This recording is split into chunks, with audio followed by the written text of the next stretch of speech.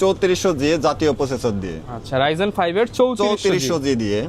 এটাতেও রাখছি আমরা 256GB M.2 NVMe 3 বছরের রিপ্লেসমেন্ট ওয়ারেন্টি সহ। কিন্তু NVMe থাকবে M.2 NVMe থাকবে, RAM থাকবে সেম আইগো ব্র্যান্ডের DDR4 8GB 3200 MHz এবং লাইফ টাইম ওয়ারেন্টি সহ। লাইফটাইম ওয়ারেন্টি সহ।